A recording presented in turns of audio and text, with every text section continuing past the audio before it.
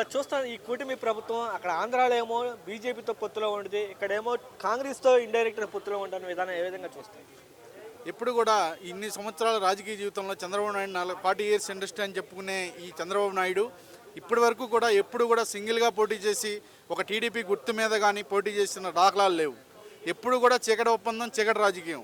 ఎవరితో ఒకరితో ఒప్పందం, బీజేపీ కానీ, అటు సిపిఐ సిపిఎంతో కానీ, ఇటు బీఆర్ఎస్తో కానీ, ఇటువైపు కాంగ్రెస్తో కానీ, ఒకసారి కాంగ్రెస్తో కూడా, ఒకసారి బీజేపీ. అలాగా అతనికి ఏది అనుకువగా ఉంటే దాంతో కలిసి పోటీ చేసే తత్వం చంద్రబాబు నాయుడు గారిది.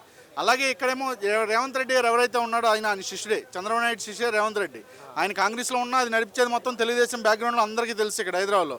అందుకని ఇక్కడేమో ఏదైతే మన రేవంత్ రెడ్డి గారు ఉన్నారో ఈ రేవంత్ రెడ్డి కూడా ఇప్పుడు చంద్రబాబు నాయుడిని అనుసరిస్తూ ఉంటారు. ఇక్కడ మొత్తం తెలుగుదేశం పార్టీ కూడా ఎప్పుడు కాంగ్రెస్కి సపోర్టు. అక్కడేమో బీజేపీతో సపోర్ట్, అక్కడ బీజేపీతో కొమ్మక్కు కూటమి ప్రభుత్వం అని చెప్పి ఇక్కడేమో చీకట్లో ఒప్పందంలాగా కాంగ్రెస్కి సపోర్ట్ చేస్తూ చంద్రబాబు నాయుడు పట్టం గడుపుతున్నారని చెప్పి మీకు తెలియజేస్తున్నాను. సార్ చూస్తున్నారు ఈ మెడికల్ కాలేజీలు అనేది కూడా జగన్మోహన్ రెడ్డి గారి హయాంలోనే వచ్చినాయి, కానీ అది మార్కు తీసేయడానికి ప్రయత్నం చేసే విధానాన్ని ఏ విధంగా చూస్తున్నారు? ఇప్పటి వరకు స్వతంత్రం వచ్చిన తర్వాత 50 సంవత్సరాల రాజకీయ జీవితంలో ఎప్పుడూ కూడా 12 మెడికల్ కాలేజెస్ మాత్రం ఆంధ్ర రాష్ట్రంలో ఉన్నాయి.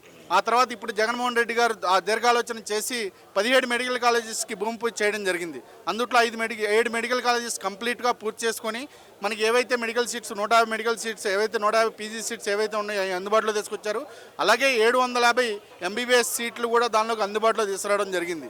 అలాగే మిగతా 10 సీట్లు కూడా మిగతా 10 మెడికల్ కాలేజెస్ని కూడా కంప్లీట్ చేయలేక వీళ్ళు దానికి చేతులు ఎత్తేసి మిగతా రోజుకి 300 కోట్లు అప్పులైతే చేస్తారు, కానీ ఈ ప్రైవేట్ మెడికల్ కాలేజెస్ని ప్రైవేటీకరణ చేయకుండా అడ్డుకునే సత్తా చంద్రబాబు నాయుడుకి లేదని చెప్పి తెలియజేస్తున్నారు. సార్ చూస్తున్నారు కడపలో ఉన్నటువంటి మెడికల్ కాలేజీలో ఉన్నటువంటి ఎక్విప్మెంట్స్ కానీ అక్కడ ఉన్నటువంటి స్టాఫ్ని కానీ తగ్గించేయడం కానీ అక్కడ నుంచి వేరే చోట షిఫ్ట్ చేయడానికి ఏ విధంగా చూస్తారు?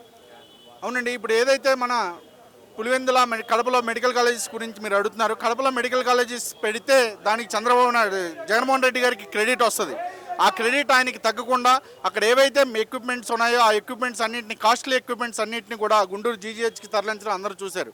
ఈ గుంటూరు జీజీహెచ్కి తరలిస్తే అక్కడ ఏదైతే మెడికల్ వైద్యం ఏదైతే ఉందో ఆ మెడికల్ వైద్యం అంతా కూడా గుంటూరుకి షిఫ్ట్ అయ్యి గుంటూరులోనే మాత్రం వైద్యం అందుబాటులో ఉంటుంది, కానీ కడప ప్రజలకు అందుబాటులో ఉండదని చెప్పి మీకు తెలియజేస్తారు. సార్ చూస్తున్నారు జగన్మోహన్ రెడ్డి గారు తీసుకొచ్చినటువంటి గ్రామ సచివాలయాన్ని పేరు మార్చి విజన్ యూనిట్గా మారుస్తామని చెప్పి చంద్రబాబు నాయుడు గారు చెప్పిన విధానాన్ని ఏ విధంగా చూస్తారు?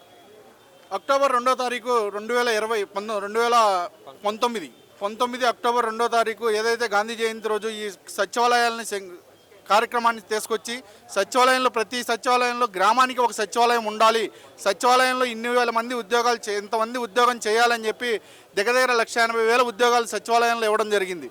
దాన్ని ఏవైతే జగన్మోహన్ రెడ్డి గారికి క్రెడిట్ వస్తుంది ఈ సచివాలయం వల్ల అని చెప్పి ఆ క్రెడిట్ కూడా ఈయన తీసుకోవడానికి ఆ పేరుని మార్చడానికి విజన్ యూనిట్స్గా దానికి పేరు మార్చడానికి శ్రీకారం చుడుతున్నారు.